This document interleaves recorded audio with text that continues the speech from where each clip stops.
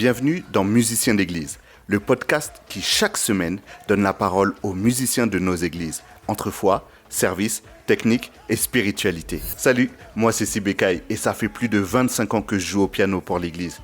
Au quotidien, je joue, j'écoute, je prie, je médite la parole, j'observe aussi. Je discute et je me pose des questions sur mon rôle dans l'église. Ce podcast, c'est ma manière à moi de donner la parole à tous ceux qui, comme moi, servent l'église au travers de leur musique. Alors que tu sois choriste, directeur de louange, musicien, chef de chœur ou simplement curieux, sois la bienvenue. Installe-toi confortablement, on va discuter ensemble et si ce n'est pas déjà fait, abonne-toi pour ne rater aucun des prochains épisodes. Et partage sur Instagram ce qui t'a parlé aujourd'hui en taguant @musicien d'église. Le tout au singulier. Ah oui, surtout, n'hésite pas de laisser un commentaire et donne-moi la note maximale. Ça me donnera la force pour continuer. Mesdames et messieurs, bonjour, salut tout le monde, bienvenue dans ce nouvel épisode de Musiciens d'église. Aujourd'hui, c'est un épisode que je suis content de vous présenter avec une sœur, une amie, quelqu'un avec qui je travaille depuis maintenant quelques années, hein, C'est bourré de vrai. talent et je suis vraiment content de pouvoir l'interviewer aujourd'hui. Aujourd'hui, j'ai avec moi Vénissa. Comment tu vas, ma sœur? Hello, ça va et toi, Rudy? Ah, ça va très bien, merci. Écoute, on rentre directement dans le vif du sujet. Parle-nous un peu Let's de go. toi, parle-nous de ton parcours, qui Mhm. es-tu, d'où tu viens? Well, alors, moi, c'est Vénissa, j'ai bientôt 29 ans.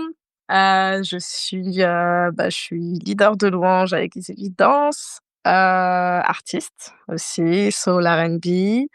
Et puis, en fait, moi, mon parcours par rapport au chant, à la musique plutôt, alors moi j'ai connu la musique depuis petite via mon papa Mhm, qui est guitariste, et qui est, du coup musicien, compositeur et en fait il nous a alors moi, et mes sœurs et mes grandes sœurs, il nous a baignés dans la musique depuis petite. mhm, Donc du coup, mes oreilles se sont développées à ce moment-là. Puis ensuite, j'ai grandi et en fait, les gens nous appelaient. Du coup, on était un trio comme les Destiny's Child. Et du coup, je te promets, mhm, les gens ils nous appelaient pour chanter à leur mariage et tout. On faisait. En fait, ce qui est drôle, c'est que avec mes sœurs, on a trois pupitres, sopra, mhm, ténor, alto. Donc c'était ouais. plus facile quand on avait les trois voix Ah, c'est tranquilles sûr. et tout. Ouais, ouais. Euh, Donc voilà, du coup, je chantais beaucoup avec mes sœurs et puis, en grandissant, du coup, j'ai intégré un groupe à l'époque qui s'appelait, Sowers. Du coup, on était, un groupe de chanteurs, de gospel, avec un genre assez moderne. Donc c'est vrai Mhm, qu'on sortait un peu du lot. Donc c'est à ce moment-là que j'ai vraiment pu développer ma voix, vraiment pu, développer justement ce dont que Dieu m'a donné et par la suite, du coup, les portes se sont ouvertes donc j'ai pu, travailler avec Patrick Bonhomme, j'ai pu travailler avec, Mirella, j'ai pu, chanter, pour d'autres artistes, pour des concerts et aussi, alors ce que je fais aussi à côté, c'est tout ce qui est, la direction vocale plutôt, ouais. Poser, mes voix et pouvoir créer justement des harmonies sur certaines chansons. Donc en général, on m'appelait pour me demander ça et puis voilà quoi. Donc aujourd'hui, ouais, je peux dire que, à ce niveau-là, en termes de musique, ouais, depuis petite jusqu'à maintenant, j'ai pu vraiment développer ça et encore plus en étant leader de louange. Mais du coup, ça, on en parlera tout à l'heure. Voilà. ouais. C'est cool. Là, tu nous as parlé beaucoup de ton côté artistique. À quel Mmh. moment ça commence, le fait que tu serves à l'église et que tu commences à chanter à l'église? Alors, ce qu'il faut savoir, c'est que, alors moi, de base, mes sœurs alors à l'époque, j'étais dans une église, haïtienne, du coup, communautaire, où j'ai grandi dedans. Et en fait, mes sœurs chantaient déjà en tant que choristes et c'est vrai que moi à ce moment-là, je me suis dit: «Allez, c'est bon, on va les laisser chanter». Donc moi, ce qui m'intéressait, c'était toute la partie multimédia. Sauf que, dans cette église-là, j'ai eu l'occasion de, leader la louange 2 fois, Mhm, mais uniquement 2 fois, c'était vraiment les exceptions parce que je ne voulais pas. mhm, Puis, le fameux covid est arrivé où, En fait, j'ai senti que intérieurement, Dieu m'appelait. Dieu m'appelait, mais vraiment. C'était à ce moment-là où je sentais vraiment un renouveau, donc j'ai changé d'église, donc j'ai intégré Évidence. Mais avant d'intégrer Évidence, j'avais fait cette prière à Dieu et j'ai dit: «Écoute, je sais que tu m'as donné ce don. Je te sers pas vraiment, enfin, pas vraiment dans l'église ou du moins, voilà, je suis dans des groupes chrétiens. Moi, ça me suffit, je te sers comme ça. Mais je sens que tu m'appelles à plus, vraiment à te servir dans l'église par rapport à ça». Mmh. Et je lui ai dit: «Écoute, je vais pas, comment dire? Je vais pas ralentir, je vais pas te ralentir par rapport à ça ou du moins me ralentir par rapport à ça. Mmh. J'accepte, fais ce que tu veux». Mmh. Bon, du coup, c'est à ce moment-là que quand j'ai eu l'échange avec mon pasteur, il me dit: «Ah bah, ça tombe bien, en charge des leaders de louange». Et je me suis dit: «Ah, Mmh. OK, c'est un peu trop rapide à mon goût, mais OK, let's go. OK, Seigneur, super». Donc Ouais. ça a été à ce moment-là où j'ai vraiment accepté l'appel de Dieu par rapport à la louange. Et ben, voilà, maintenant ça fait bientôt 5 ans, ça va Mmh. faire 5 ans du coup que je suis Ah, leader de louange officiellement, ouais. cool. Et qu'est-ce qui fait que tu traînais des pieds comme ça, que tu refusais de mettre ton talent au service de ton église? Je pense que j'avais une certaine peur, Mmh. parce que c'est quelque chose qui est sérieux. Tu Mmh. vois ce que je veux dire? Et en fait, pour moi, je me disais, c'est trop de responsabilités, étant donné que j'avais l'idée 2 fois et je me suis dit: «Ouais, non, c'est trop lourd. C'est trop lourd de voir le peuple, les aider à louer Dieu, tu vois des gens qui sont dedans, qui ne sont pas dedans». En fait, pour moi, ça m'avait un peu traumatisée OK. et je me suis dit: «C'est bien de faire les chœurs», tu vois? «C'est bien de faire les chœurs, dans des groupes, c'est très bien ça», tu vois? Ouais, ouais. Mais à l'intérieur de l'église, je me suis dit: «Non, c'est trop de responsable». Je regardais ma sœur de loin, elle me disait: «Ça, c'est son appel à elle, c'est pas le mien», tu vois? Et bon, voilà quoi. OK. Comment toi tu t'exprimerais la différence entre le fait de chanter à l'extérieur, dans des groupes et tout ça, parce que vous annoncez quand même l'évangile, hein, vous chantez des chants, tout ça, Oui. machin truc. Comment Ouais. toi tu vis, qu'est-ce qui Mmh. fait que tu vis différemment les choses quand c'est dans ton église locale et quand tu es à l'extérieur? Moi, ce que je me disais, c'est que les gens ne me connaissaient pas forcément, tu vois? Les gens ne me connaissaient pas forcément. Tu donnes un message, tu vois? Le message de l'évangile, tu es avec ton groupe, les personnes avec qui tu as pour habitude de travailler, mais en termes de d'apport, c'est pas que c'est beaucoup moins important que ce qu'il y a dans l'église, mais je pense qu'il y avait quand même ce truc de les gens ne te connaissent pas. Donc il y a quand même cette facilité à pouvoir, apporter sans pression, tu vois? Mmh. Apporter librement. Donc moi j'avais cette mentalité-là, tu vois? OK, Même si je savais que j'étais en mission, bien évidemment. bien sûr. Après à l'intérieur de l'église, je pense que je pourrais dire que c'est la même chose, mais je mets quand même une petite différence dans le sens où là, il y a encore plus de responsabilités parce que, tu es avec des personnes que tu vois quand même souvent, tous les dimanches. Mmh. Après, il y a d'autres personnes qui se rajoutent au fur et à mesure. Mais tu as quand même ce truc de chaque dimanche, il faut qu'il y ait quelque chose de nouveau qui soit apporté. Tu vois ce que je veux dire? OK. Il faut qu'il y ait une dimension nouvelle. Il faut que tu ailles chercher davantage. Il faut que par rapport au dimanche précédent, OK, tu as vécu ça. Là, pour ce dimanche, il faut que tu ailles chercher Dieu encore plus pour savoir concrètement qu'est-ce qu'il veut que tu apportes à travers ta voix, à travers les chants, à travers, tu vois ce que je veux dire? Ouais, ouais. Donc moi, je mettrais cette différence-là. Et pourtant, c'est peut-être pareil, hein, mais je trouve, en tout cas, moi, dans ma manière de penser, qu'il y a une double responsabilité. Je sais pas si tu OK. vois ce que je veux dire? Est-ce que tu Donc, penses que tu te mets plus la pression du fait d'être face à des gens que tu connais, que tu vas revoir, que tu sais que tu vas recroiser? Est-ce que tu penses que c'est dû à ça? Est-ce que c'est la peur du jugement des autres? Qu'est-ce qui se passe dans ta tête du coup quand tu dois servir à l'église? je dirais pas qu'il y a cette pression par rapport à la peur du jugement ou du moins quand même, allez, je dirais peut-être 10% parce que je suis quand même humaine. Mhm. Mais je pense que le jugement, c'est plutôt moi envers moi-même. Ok. De savoir, est-ce que réellement tu es dans le mood? Est-ce que réellement tu as capté? Est-ce que tu n'es pas à côté de la plaque? Est-ce que tu as vraiment saisi ce que Dieu voulait faire ce dimanche-là? Mhm. Tu vois? Est-ce que réellement, tu seras capable d'apporter, cette chose-là, en tout cas ce que Dieu te demande à ces personnes qui te voient, qui te regardent, qui te connaissent plus ou moins? Mhm. Je mettrais plutôt cette pression-là, tu vois? Moi, je sais que les dimanches matins, les pensées que j'ai, c'est vraiment ça, c'est, je vais sentir vraiment l'adrénaline, mon cœur commencer à battre et me dire, je sais pas ce qui va se passer. Moi, personnellement, je suis peut-être fatiguée. Est-ce que je suis vraiment sûre de ma liste de chants? Est-ce que finalement, ça va passer avec la prédication? Est-ce que les gens seront aptes, vont capter où est-ce que Dieu veut les emmener? Mais en fait, une fois que j'ai ces pensées-là, je me dis, Enissa, fais-toi confiance, fais confiance à Dieu et vas-y, point. Et Yes. puis, voilà. Ok. Mais la pression il y est quand même.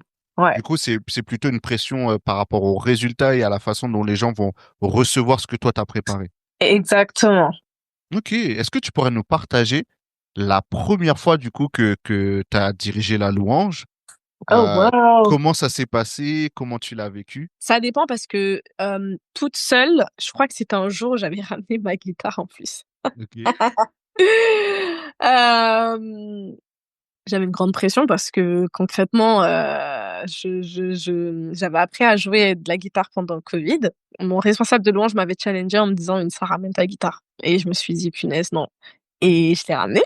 Mhm. En soi, pendant les répétitions, ça s'était bien passé, mais une fois sur place et Dieu merci, il y avait pas de gens devant, c'était en plein covid, donc du coup, enregistrement. Mais j'avais quand même cette pression parce que, entre ta préparation et le live, Mhm. il y a toujours, tu vois, il y a quand même je dirais quand même un petit fossé, Mhm. parce que tu as la manière dont tu as imaginé le résultat et la réalité. Bien sûr. Donc ce jour-là, j'avais vraiment la pression parce que je tremblais des mains, littéralement. Ouais. Je tremblais des mains et je me suis dit: «Punaise Vinça, ne te concentre pas sur ta guitare. Tu Mhm. connais les accords, arrête d'avoir peur» et c'était surtout de me dire: «C'est ta première. Est-ce que ça va le faire? Est-ce que les gens derrière leur écran vont quand même accrocher? Est-ce qu'ils vont être bénis? Est-ce que, tu es assez concentré sur la présence de Dieu et non sur, la manière dont tu vas plaquer les accords?» Donc c'était quand même difficile, je vais pas mentir. Ouais. Même si au final, ça s'est bien passé pour le coup et j'avais vraiment le soutien des musiciens et des choristes à côté. Mais je vais pas te mentir, je suis rentrée chez moi, j'ai pleuré. Je me suis dit: «Mais Seigneur, mais qui m'a envoyé? C'est pas mon appel, c'est sûr et certain, c'est pas possible. Non, j'y crois pas». Mais c'est une énorme remise en question. C'était, ouais, je me suis dit: «Non, c'est trop en fait, c'est trop de pression dans ma tête, c'est pas possible». Ok. Mais voilà, 5 ans plus tard, j'y suis encore, hein, donc comme quoi. Bon, c'est là que tu devais être. C'est là que je devais être, je crois bien, oui. Ok. Est-ce que la guitare, ça t'a apporté quelque chose musicalement, dans ta manière de voir la musique et tout ça? Ou, ou est-ce que tu l'as fait juste pour le fun? Non, j'ai quand même pas fait pour le fun, sinon je l'aurais pas ramené tout court. Bah, en fait, je me rendais compte que la guitare était une plus-value dans le sens où, bah, en tant que conducteur de louange, même s'il y a les musiciens derrière, hem alors moi, je me considère pas comme une guitariste, waouh, mais la manière dont tu vas jouer et surtout avec la guitare acoustique, je trouve que ça apporte vraiment un plus. Tu vois? Ça apporte une couleur, ça apporte une douceur, tu vois? Et que surtout que, ben, tu sais, il y a des moments où, bah, tu pas forcément besoin où je vais juste dire au musicien: «OK, on baisse un peu le volume» et tu as juste la guitare, acoustique qui va juste jouer quelques accords, de la chanson. Ouais. Non, moi, pour moi, ça dépose vraiment une atmosphère particulière, tu vois? Ok. Ouais, c'est ce que je dirais, ouais. Ça apporte quand même quelque chose. Ok, cool. Parlons un peu de la façon dont tu travailles ta voix. Est-ce que tu as une routine musicale? Est-ce que tu as, comment dire, une sorte de rituel que tu fais? Est-ce qu'il y a des exercices particuliers que tu fais pour pouvoir continuer à progresser et travailler ta voix? J'ai pas forcément de rituel, mais ce qui est le plus important, c'est de chanter tous les jours. Tu vois ce que je veux dire? Je chante tout le temps. Même pour, peut-être 10 minutes ou un truc comme ça. Je vais chanter, mais pas juste chanter la chanson en mode, linéaire. Je Ouais, vais m'amuser, je vais aller en haut, je vais aller en bas, je vais faire des vibes, je vais, voir comment mon ventre, si ça va, OK? ouais, Pourquoi? Parce que, tu sais, il y a des moments où tu es fatigué, il y a des moments où, bah, peut-être tu es tombé malade, tu vois? Bah, en fait, tu perds un peu tes capacités de chanter. Donc ça veut dire que, si tu ne reprends pas, tu vois, cette routine de je vais chanter, je vais je vais tester ma voix, je vais faire tout et n'importe quoi avec ma voix juste pour l'étirer, la rendre un peu plus élastique. Hem, donc du coup, ouais, c'est ce que je fais. Après, par exemple, moi, les dimanches où quand je sais que je vais chanter et que j'ai pas forcément bien le temps de m'échauffer, Mhm. bah, je vais faire 2-3 petits exercices, qui vont me permettre de masser mes cordes vocales, tu vois? Pour réveiller ma voix, bien les masser avec un exercice tout simple, hein. Tu peux faire des tu vois? Comme le chat qui ronronne. Tu Ouais. fais ça pendant quelques minutes et tu vas sentir vraiment que, bah, tu vois? Si tu as des glaires, bah, ça va se dégager et cetera. Puis après, oui, ça m'arrive aussi, quand même souvent quand je suis en voiture et que, j'ai une bonne route, je mets un exercice, sur YouTube, hein, il y en a pas mal. Mhm. Par exemple, 15 minutes, d'échauffement Ouais. et je vais m'échauffer, sur la route, avant de chanter et cetera. Mhm. Après, j'essaye de boire beaucoup d'eau, d'éviter de boire du café parce que c'est pas bon. Et puis, ben, après ce qui est le plus important, c'est de dormir, Ouais. dormir. Il y a pas de secret, dormir et puis, ouais et puis voilà, tout simplement. Ok, c'est vrai que la voix, c'est un instrument qui est particulier. Ouais. Jusqu'alors, j'avais eu que des musiciens Mmh mh. qui ont un instrument, je vais dire, externe à eux. Mmh. Tu vois, donc oui, quand même, les guitaristes, ils doivent changer leurs cordes régulièrement et tout ça. Mmh. Les pianistes, ils doivent quand même prendre soin de leur clavier en le couvrant et tout Mmh. ça. Mais du coup, vu que c'est ton corps qui est ton instrument, est-ce qu'il y a des choses que tu fais euh, pour le bénéfice vocal, pour l'entretien de ton corps? Du sport. Mhm. Le sport, c'est super important. Je suis pas une grande sportive, j'aime faire du sport quand même. Mhm. Et d'ailleurs, je le sens quand je fais pas de sport. J'essaye quand même de trouver des alternatives. Ouais. Ve Mais tu vois, un truc tout bête, hein, tu vas sur le tapis, Mhm. tu vas sur une vitesse, je sais pas, tu vas sur 5 et tu respires. Tu vois? Tu gonfles ton ventre, tu inspires, tu expires et en fait, ça va juste t'aider à pouvoir contrôler ton flux d'air pendant que tu es en train de marcher, tu vois? Ok. Ça peut être hyper banal, hein, mais en fait, il va suffire juste, que tu prennes un champ, juste parce que tu n'as pas, comment dire? Exercé ou habitué justement, ton diaphragme, tes poumons, ton ventre à respirer, et à pouvoir gérer le flux d'air. Bah, en fait, tu te trouves en galère. Tu vois ce que je veux dire? Donc le sport, c'est super bien. C'est super bien pour, les abdos, c'est super bien pour le diaphragme, c'est super bien pour, tes muscles, dorsaux Mhm. et moi je préconise beaucoup, ouais, même si c'est marcher, sur un tapis, vite fait, mais en fait, essaye de respirer, essaye de chanter aussi, peut-être de juste pousser un son, tu vois? Un truc comme ça. Donc ouais, je dirais le sport, et puis voilà, hein. Ok. Et parce qu'il y a beaucoup de gens qui se rendent pas compte, je le dis comme ça, mais pour chanter, on sollicite l'équivalent de près de 300 muscles différents. Ouais, il y en a énorme. Et donc, on se rend pas compte, mais du coup, tous jouent un rôle particulier. Mmh mh. Est-ce qu'il y a, en plus du tapis, est-ce qu'il y a d'autres exercices que tu fais et pour ton bien-être et pour ta santé, mais aussi parce que ça t'aide, parce que là, tu parlais de la gestion du flux en temps Mmh. de l'air qui rentre et qui sort. Est-ce qu'il y a d'autres choses que tu travailles pour pouvoir améliorer tes compétences vocales? Hem, alors moi je te dirais, bah, comme tout à l'heure ce que je te disais, que ce soit par rapport au souffle, mais tu as aussi, ben, toute la partie, la sangle abdominale, tu vois? Où tu Mhm. peux faire, du gainage, tu vois? Et ça va grave t'aider à mieux gérer au niveau de la manière dont tu vas contracter ton Mhm. ventre, ton diaphragme, tu vois? Ensuite, attends, je réfléchis, qu'est-ce que je fais d'autre? Heu, Parce que là, je te parle du souffle, du diaphragme, hem, ouais, enfin, moi, je dirais plutôt ça parce que c'est vrai que moi, en tout cas, je me focus beaucoup plus sur ça. Sur le souffle, ok. Ouais, non pas forcément que le souffle, mais sur ta manière dont tu vas contracter ton diaphragme. En fait, pourquoi je précise bien et j'insiste sur le diaphragme? Parce que pour moi, le diaphragme, c'est le meilleur ami du chanteur. Tu vois ce que je veux dire? C'est-à-dire que si, vu que c'est un muscle, si tu ne muscles pas ce diaphragme, tu sais pas comment utiliser ta puissance vocale, tu sais pas comment projeter ta voix, tu sais pas comment maîtriser ta puissance vocale, tu sais pas comment maîtriser aussi ton souffle, tu vois. Et en vrai, moi je me dis que si on enlevait le diaphragme, franchement, je pense qu'on se sentirait juste soit peut-être tout doucement ou peut-être à une limite très basse, tu vois. Mhm. Mais pas plus que ça. Alors que vraiment, l'utilisation du diaphragme, c'est une dinguerie. Vu qu'on est dans une émission qui s'appelle Musicien d'église, Mhm. est-ce que tu pourrais nous donner ta définition de ce qu'est un musicien d'église?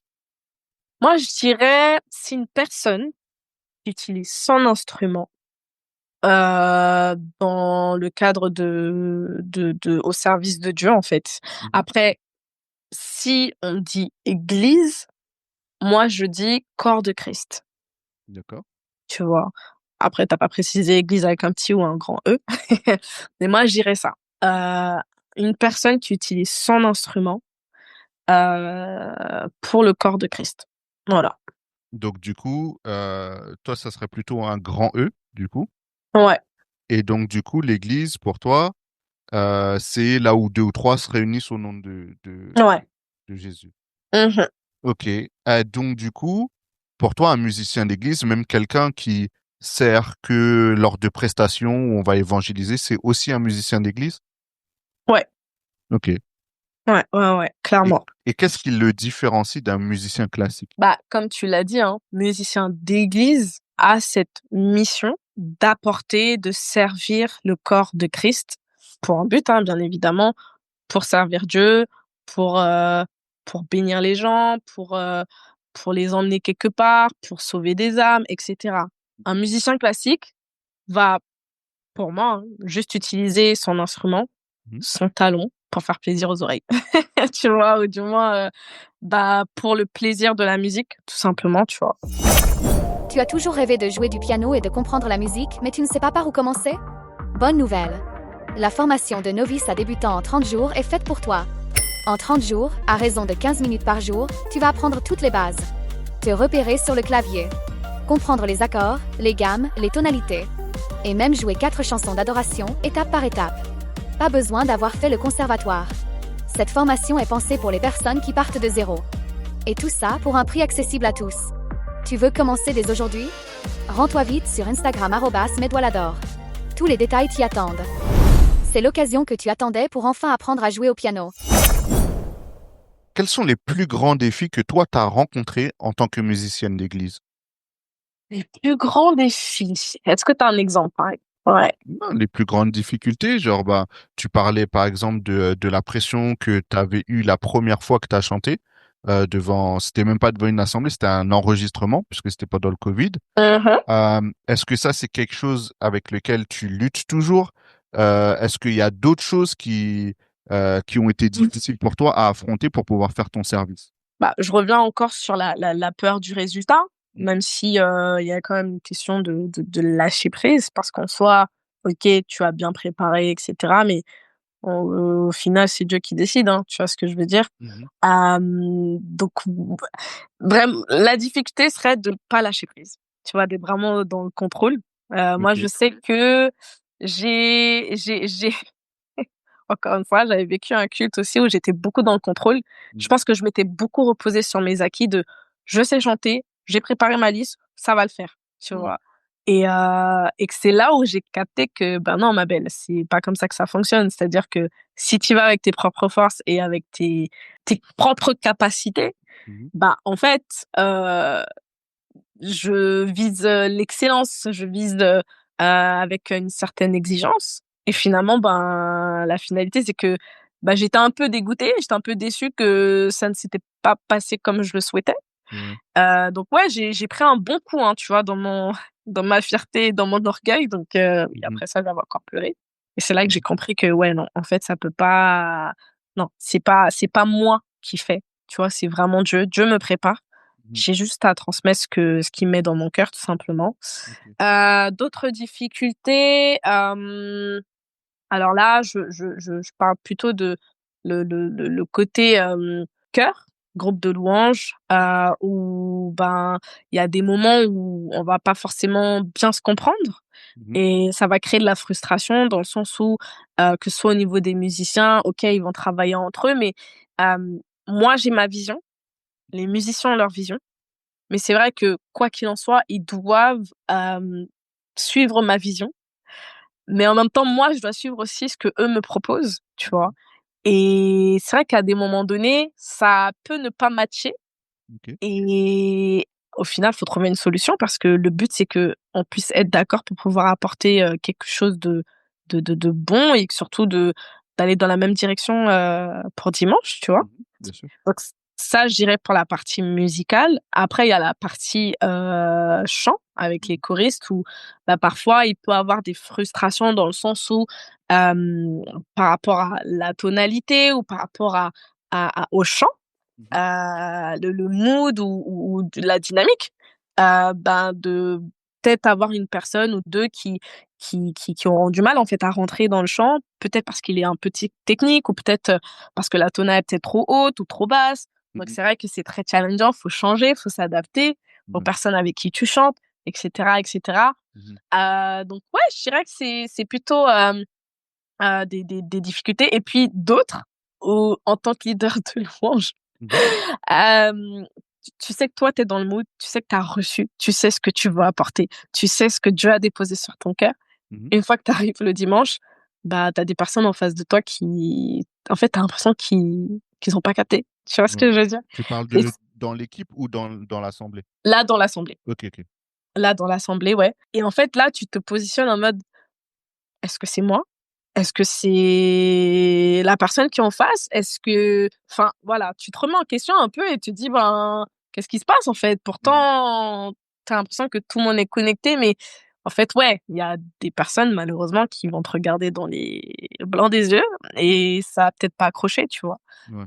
Donc ouais, c'est assez difficile quand même à vivre, mais c'est comme ça. Il y a plusieurs trucs là, du coup, je vais essayer de ne pas perdre mon fil. Vas-y, Je vais essayer de le prendre même dans l'ordre. Tu vas-y. parlais de musiciens. Est-ce qu'il y a Hein, hein. un challenge à devoir parler avec les musiciens? Je sais qu'il y a des gens, par exemple, qui ont l'impression d'être perdus quand les musiciens parlent entre eux, entre les degrés, entre leurs onomatopées, De ouf. etc. Est-ce que c'est quelque chose, toi, qui te challenge? Ou, ben, en fait, comme toi, tu joues de la guitare, tu as cette facilité-là aussi de parler avec eux? Ah non, pas du tout. Alors moi, ce qu'il faut savoir, c'est que, je joue de la guitare, mais je suis pas encore assez calée sur les degrés, les machins. Moi, tu me sors juste les notes sol, do, OK, c'est ça do, OK, vas-y, OK, ça marche. Ok. Mais après entre eux, moi, je préfère en rigoler parce que vu que je comprends rien et que je Ouais. sais que c'est leur langage, j'ai pas à comprendre. Tu vois ce que je veux dire? C'est pas un truc que je gère, que je maîtrise. Mhm. Donc je vais pas me dire: «Ah non, par contre, je comprends pas, c'est quoi le degré, c'est quoi ça, c'est quoi ci?» et cetera. Non, ça je suis non, ça va. De ce côté-là, je suis pas exigeante. Par Ok. contre, si on parle de comment ça s'appelle? Si on parle de tonalité, je veux savoir si réellement la tona elle est bonne. OK, on est sur quoi? On est sur sol, OK. Ça va pour tout le monde, parfait. Est-ce que si ça va pas, ben, OK, bah, tu me proposes quoi? On change pas, tu vois?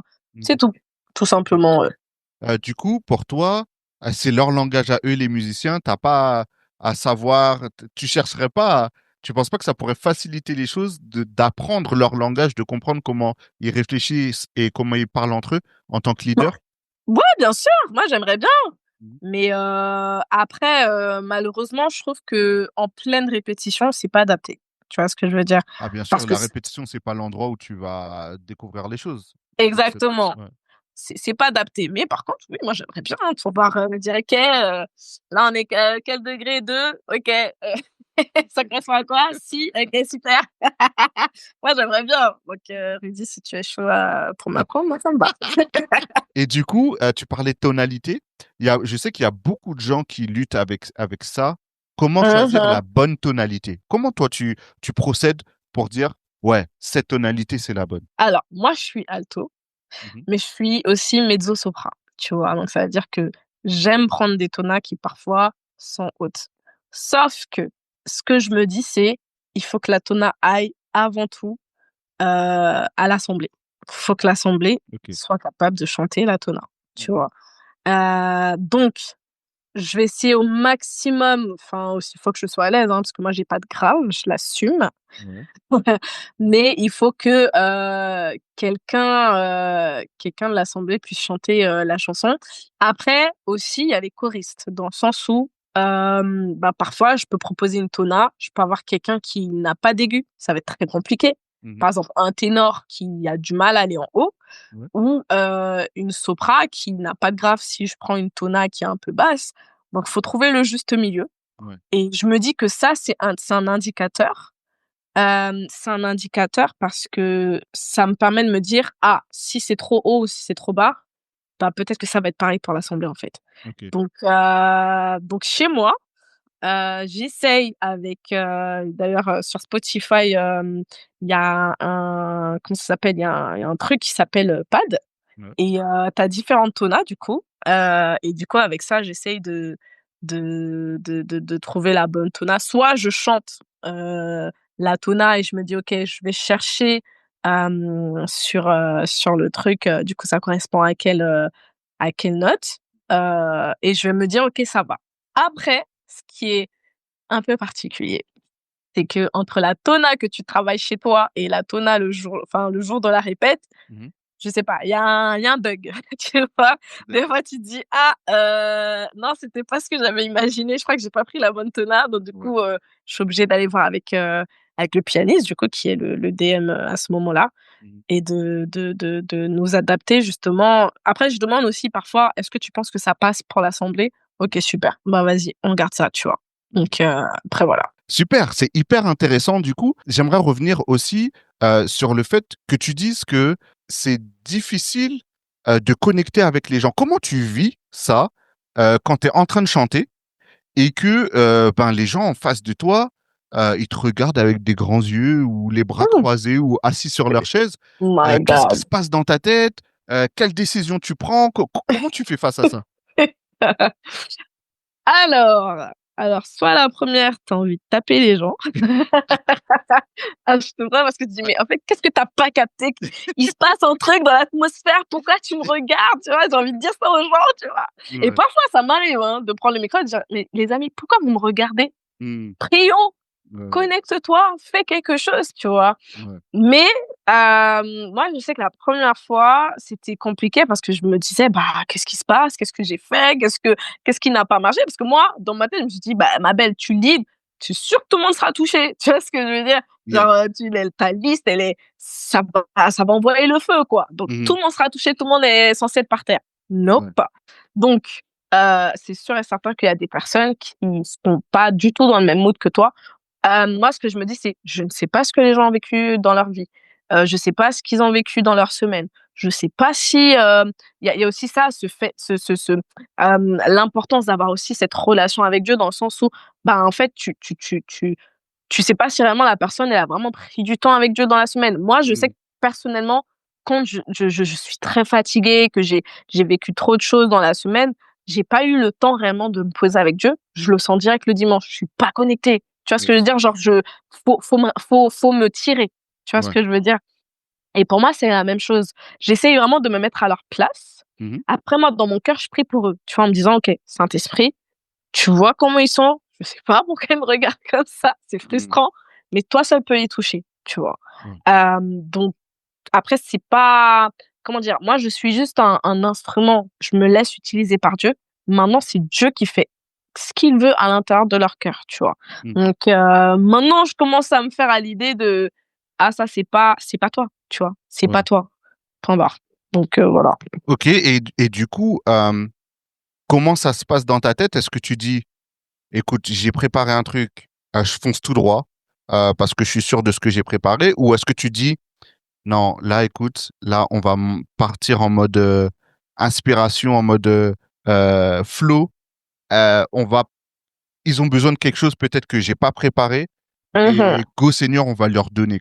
Comment toi, comment tu gères la situation? Bah, alors moi, en général, que ce soit par rapport à ma liste de chants, que ce soit par rapport à ce que la direction, tu vois? Mmh. À savoir, sur quoi je suis basée pour faire ma liste de chants, un verset biblique ou parfois ça m'arrive juste d'avoir juste un chant en tête et je me dis: «Oh, ce chant il tourne dans ma tête, Seigneur, où est-ce que tu veux m'emmener?» Après il y a d'autres chants qui viennent et là j'ai mon thème, tu vois? Ouais. Au moins j'ai ma base, tu vois? J'ai ma base, j'ai ma liste, j'ai ma direction. Mais il peut m'arriver aussi, enfin, en tout cas le plus souvent, encore plus aujourd'hui, c'est qu'avec ma base, on va répéter, mais je prépare déjà les musiciens et les choristes dire: «Dimanche, l'esprit fait ce qu'il veut». Dans le sens où peut-être qu'on va durer sur un chant, Oui, d'accord. peut-être qu'on va, je sais pas, prendre plus de temps pour prier, peut-être qu'on va, faire un temps un peu prophétique dans le sens où, on chante un chant et à la fin, on laisse le peuple chanter et on laisse juste l'esprit faire ce qu'il veut. Peut-être on parle en langue ensemble, on laisse juste l'esprit faire, en fait, souffler OK. et on va le chercher dans l'esprit, tu vois? Mmh. Donc ouais, en fait, ouais, j'ai une base, Mmh. mais j'aime vraiment laisser l'esprit faire ce qu'il veut, tu vois? OK. Donc je prépare, ouais, les musiciens, les choristes, à cette éventualité. Comment, du coup, tu prépares ton culte? Comment tu choisis tes chants? Mmh. Est-ce que tu as un process? Quand je vais préparer mes du coup, le culte, je me mets en prière. Mmh. Je me mets en prière et alors moi ça me prend du temps, hein, c'est pas boum, donc ça va dépendre, hein. Des fois je suis fou, là c'est en mode fire, là je suis OK. Mmh. J'ai ma liste, bam, je me dis: «OK Seigneur, dinguerie». Mais parfois, par exemple, nous, on peut envoyer la liste, au plus tard, mercredi, Mmh. répétition vendredi, et ensuite dimanche, culte. Mercredi au plus tard, vraiment dans les cas où, là, pas d'inspiration du tout. Dieu merci, les gens sont patients, mais quand même, c'est très, très, très risqué, donc c'est au plus tôt, même si c'est la semaine d'avant ou quelque chose comme ça, voilà. Mmh. Moi, je me mets en prière. Je demande vraiment à Dieu: «Seigneur, je sais pas du tout qu'est-ce qui va se passer dimanche. OK, je veux que tu m'inspires soit un chant, soit tu me donnes un verset, soit, c'est par rapport à ce que j'ai vécu», tu vois? Principalement, je sais pas, tu m'as bossé sur un truc et je sens que ça va aider quelqu'un dimanche, donc je vais y aller.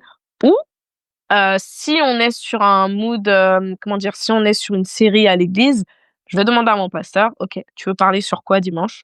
OK, est-ce qu'il y a un chant en particulier que tu aimerais?»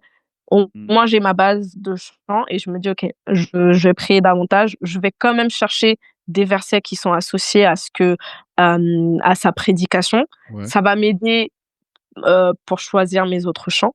Mmh. Mais Ah, en tu tout cas, d'être quoi dans la même lignée, en dans fait, la même lignée, ouais, que la exactement. prédication qui arrive. OK, d'accord. Exactement.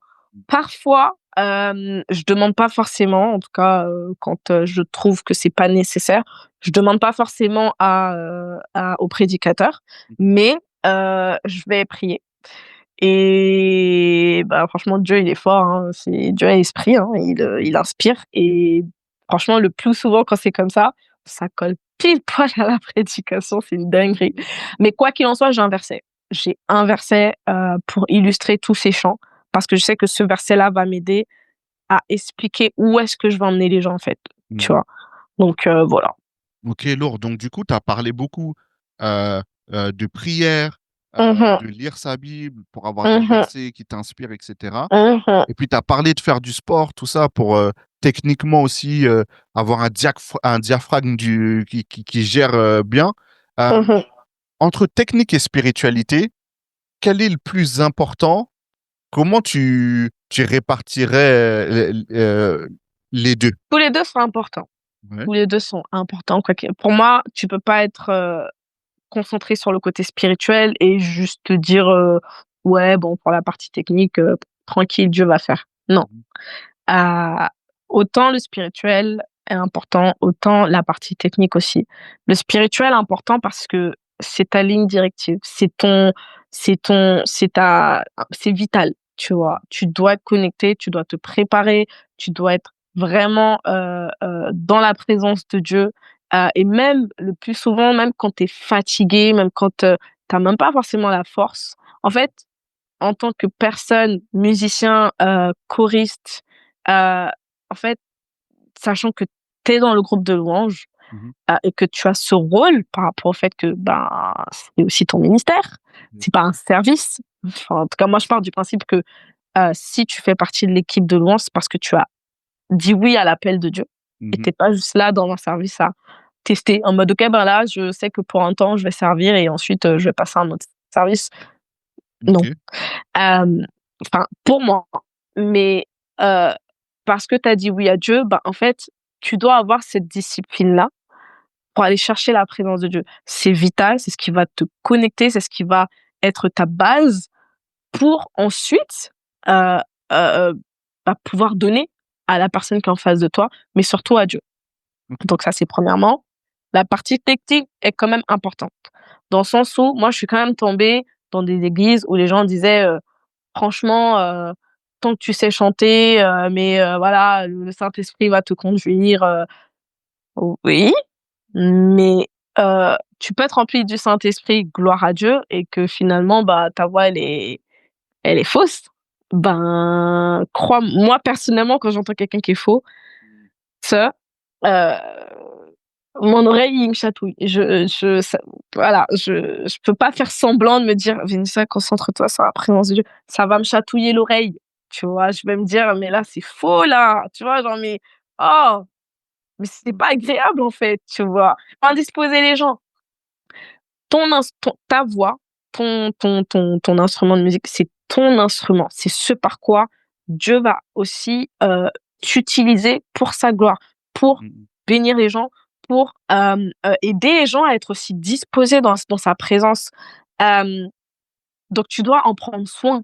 Un instrument de musique, tu dois changer les cordes, tu dois nettoyer ton instrument, et pour moi, la voix, c'est pareil. Ton hygiène de vie, comment dire? Aura des répercussions sur ta manière de chanter. Yes. Tu peux pas me dire que, ben, par exemple, tu fais pas d'échauffement, tu ne testes pas ta voix, tu ne vas pas découvrir jusqu'où tu es capable d'aller, tu fais pas des vocalises, tu fais pas des exercices pour étirer ta voix. Si tu restes toujours dans ce en fait, si à un moment donné, tu stagnes et tu vois que tu n'avances pas, parce que c'est toi qui n'as pas fait l'effort de pouvoir gérer ta voix, de pouvoir faire les exercices, de pouvoir te donner, en fait, de pouvoir t'appliquer, de pouvoir, comment dire? Ouais, gérer ton instrument, tu vois ce que je veux dire? Donc pour moi, les 2 sont très importants. Tu peux Ok. pas tu peux pas avoir la technique sans la partie spirituelle, et tu peux pas avoir la partie spirituelle sans la technique. Les deux pour toi sont indissociables. Du Ouais, coup, ça indissociable. serait du 50-50. Ouais, Ok. Ok. ouais, Ah, dans ce que tu expliques, tu fais la différence entre ministère et service. Est-ce que ouais. tu pourras aller plus loin dans ça pour nous expliquer pour toi vraiment quelle est la différence entre les deux? Waouh! Oh là là, j'ai dit OK.